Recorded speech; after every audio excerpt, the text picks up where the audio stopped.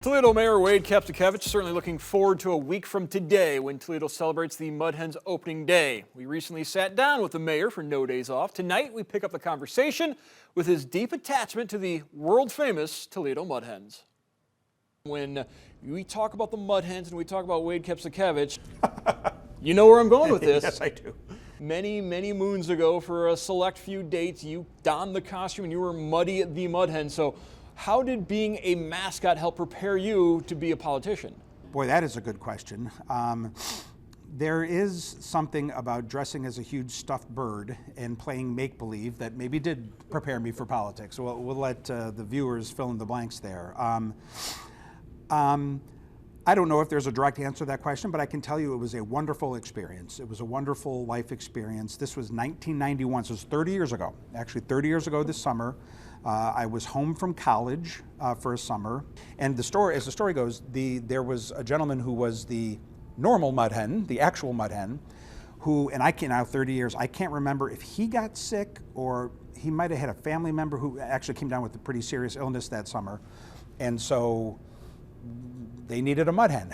And I distinctly remember the sort of staff meeting we had where we all looked around and I just said, I guess I'll do it.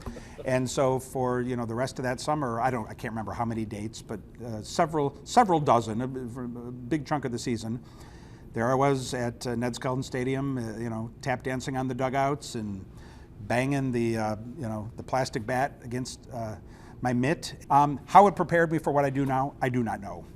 But it sure was a heck of a lot of fun. And I went, I guess, over the years saying to myself, the fact that I was Muddy the Mud Hen for a summer, is that something I want nobody to know?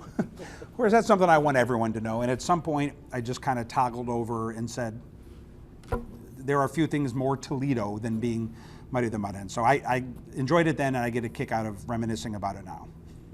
I think that at this point, most people are aware that you are the first mayor to be a mascot, but I don't know if people, and I'm assuming here, but they may not be aware that you're the first mayor of Toledo to be a sabermetrician, the Society for American Baseball Research.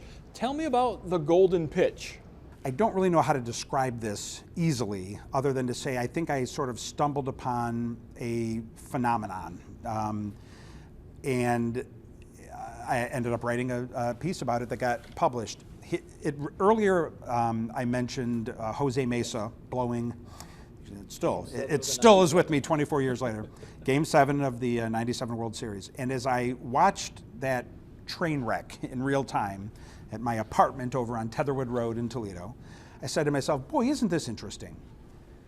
Every pitch that is thrown right now has the ability to win the World Series for either team.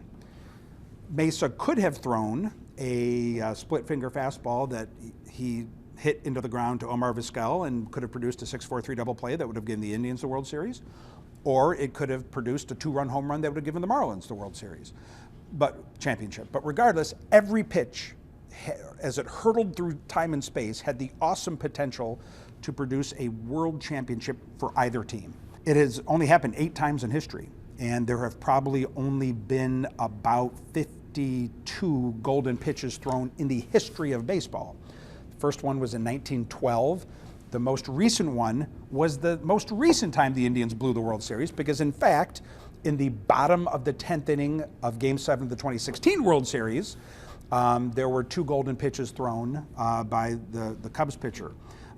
So as an aside, when the Indians decide to blow a World Series, boy, they don't screw around. They lose not only in Game 7, not only in extra innings of Game 7, but on the wrong end of a golden pitch.